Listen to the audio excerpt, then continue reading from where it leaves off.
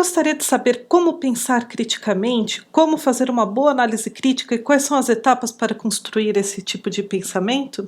Se a sua resposta for sim, assista este vídeo.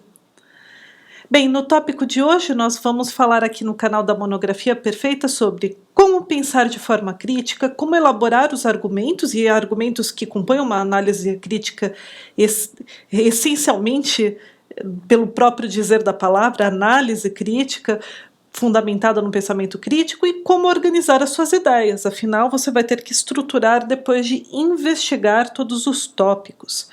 Bem, o meu nome é professora Cristina Godoy, eu sou docente da USP há mais de 9 anos. Quem não me viu, está vendo pela primeira vez, estou aqui no canal da Monografia Perfeita para ajudar os jovens pesquisadores na sua trajetória acadêmica a saber como fazer fichamentos, a elaborar argumentos, a saber como fazer projetos de pesquisa, TCCs, artigos científicos e muito mais.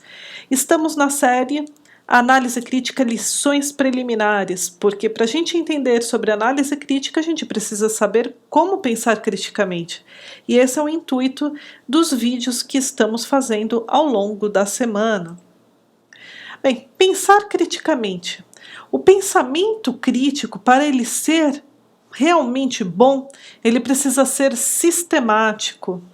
Ele precisa cumprir algumas fases para a sua formação. Afinal, para você elaborar um sistema, para que o pensamento realmente seja sistemático, ele precisa passar por algumas fases para você conseguir concluir o ciclo de investigação. Então vamos ver quais são essas fases? Primeira fase, investigar o problema. Você precisa, a partir do momento que você encontrou o problema, ou se você precisa fazer análise crítica sobre uma obra, você precisa descobrir qual que é o problema em relação àquela obra, o que a crítica fala, o que fala, qual que é a problemática dela, ou qual é o problema que ela trata, a obra investigada, mas precisa existir um problema. A partir do momento que você tem o problema, você começa a investigá-lo, começa a verificar quais são as obras principais que tratam desse problema, quais são os principais autores e autoras, quais são os principais artigos científicos, as resenhas críticas sobre a obra analisada.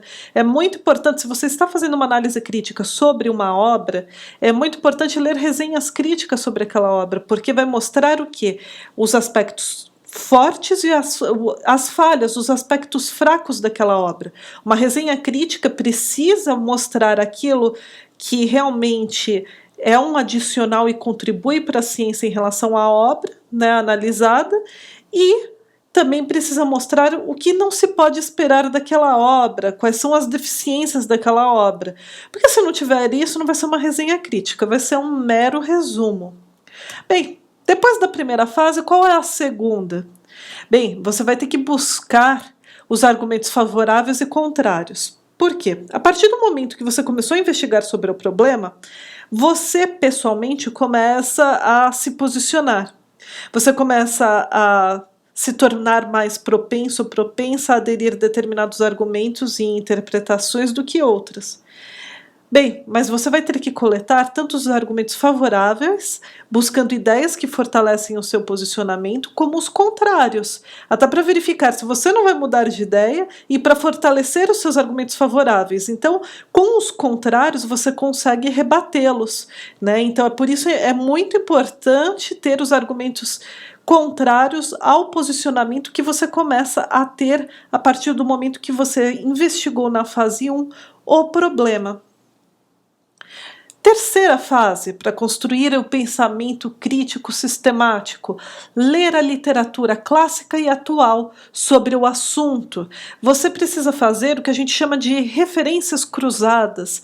Você lê um texto-chave, ou você está fazendo análise crítica de uma obra, tem um referencial teórico, para sua monografia, por exemplo. O que você vai verificar? Você vai verificar as referências, que obras aquele autor ou autora citam, utilizam para fundamentar os seus argumentos e vai buscá-los. Isso que é referência cruzada. Por quê? Porque aí você busca, aí você começa a ler aquelas obras, verifica quais referências aquelas obras possuem que o referencial teórico, a primeira obra que você analisou, não tinha, e assim você vai se aprofundando em relação ao assunto.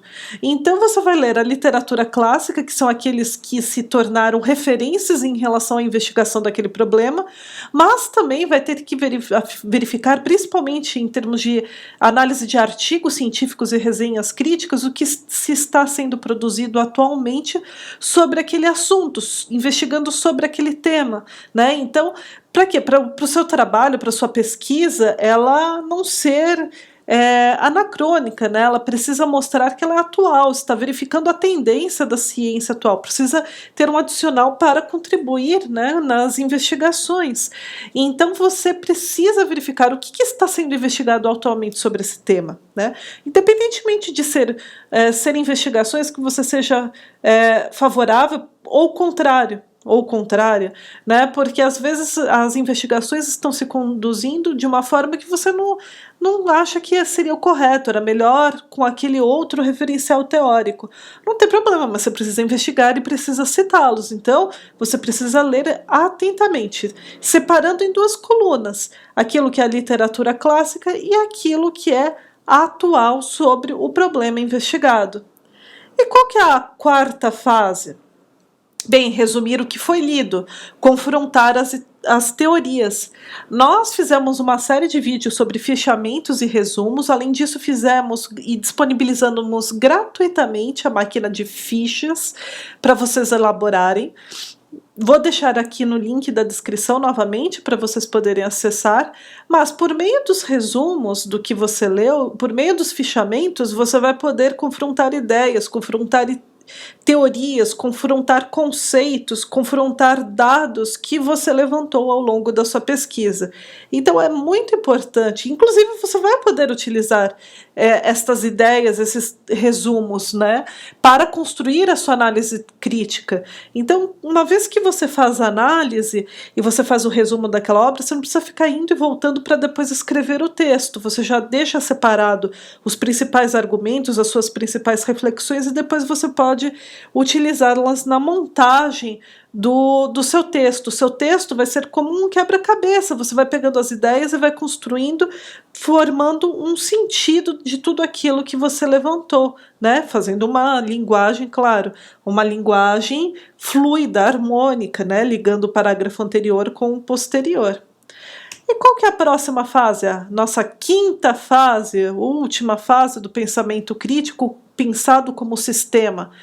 Bem, é pensar na conclusão, formar as suas conclusões com base no que foi investigado, fundamentando cada uma delas, falando quais são os resultados que você encontrou e por que estes resultados conduziram a esta conclusão. Não é possível elaborar uma conclusão sem ter termos como porquê, por causa disso, em virtude disso, em razão, em decorrência, tendo em vista, quer dizer, tudo isso são palavras necessárias para a conclusão, porque você precisa dar uma relação de causa e consequência para afirmar tudo aquilo que você consolidou ao longo da sua pesquisa. Tendo em vista estas 5 fases, se você realizar cada uma delas da forma como eu estou dizendo, com certeza você vai realizar uma excelente análise crítica e você vai aprender a pensar criticamente para poder elaborar textos acadêmicos em gerais, como trabalhos de faculdade, artigos, monografias, projetos de pesquisa, porque você já sabe cada uma das fases. E eu digo mais, ninguém até hoje fez dessa forma a síntese de como estruturar o pensamento crítico. Essa é a primeira vez, eu pensei muito para falar para vocês quais seriam as fases para formar um sistema do pensamento crítico. Pensei como eu faço para fundamentar um artigo, quais são as fases, como que eu começo, né, a partir do momento que eu não conheço o tema e preciso iniciar a investigação. E então, vejam bem, se vocês ainda tiverem dúvidas, assistam novamente este vídeo e sigam cada uma dessas fases, porque são infalíveis com toda certeza. E o que você precisará, né, para fundamentar, para desenvolver esse pensamento crítico e o seu texto, né? Uma análise crítica desenvolvida por meio de um pensamento crítico. O que ela precisa ter? Ela precisa ter a descrição, né? Então você vai falar sobre teorias, conceitos, livros que você leu, utilizar tudo que você fichou e resumiu para fazer a apresentação daquele problema, porque o seu leitor também precisa saber qual é exatamente o cenário em relação àquele problema, quais são as principais ideias, teorias, conceitos. Comece sempre com os conceitos para que o seu leitor, a sua leitora já esteja no mesmo patamar que o seu e comece a entender o vocabulário que você vai empregar ao longo da sua análise crítica, da sua investigação. Você precisa sedimentar um método de pesquisa, estabelecer primeiro o método de abordagem, depois você pensa no de procedimento, mas o de abordagem para saber como que você vai fazer, principalmente, o levantamento das obras que você vai investigar, né? De que forma você vai começar a analisar e enfrentar aquele problema que você está investigando para desenvolver a sua análise crítica. Depois, o que você vai precisar ter? A interpretação. Você vai ter que apresentar as suas próprias ideias e reflexões. Não basta só apresentar a ideia dos outros autores. E você? Como que você fez a análise em relação a tudo que você investigou? Qual é o seu posicionamento? Escreva sempre em terceira pessoa.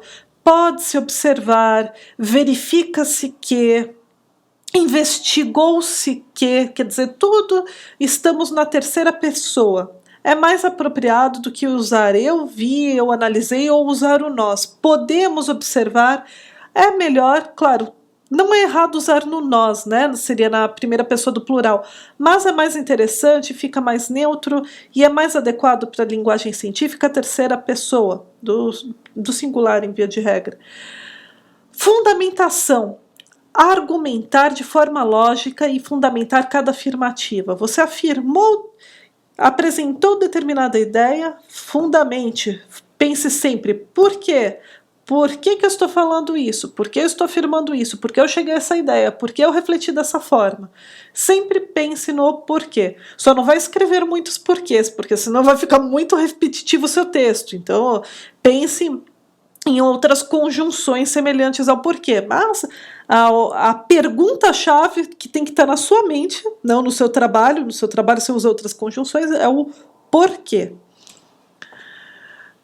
Bem, pessoal, essas são as principais considerações que eu gostaria de fazer em relação ao pensamento crítico. Sempre pense nestas 5 fases. Pense de forma sistemática, siga cada uma dessas etapas na ordem que eu falei. Não pule ordens ou mude, porque esta é a ordem para a organização lógica, a organização das suas ideias. Bem, espero que todos tenham gostado. Se vocês gostaram deste vídeo, curtam, comentem, compartilhem, para a gente é muito importante. E também não se esqueçam de clicar no sininho aqui abaixo deste vídeo e inscrever-se no canal da Monografia Perfeita. Nós temos conteúdos diários que vão ajudar para a sua realização de trabalhos acadêmicos. Muito obrigada e até amanhã no próximo vídeo.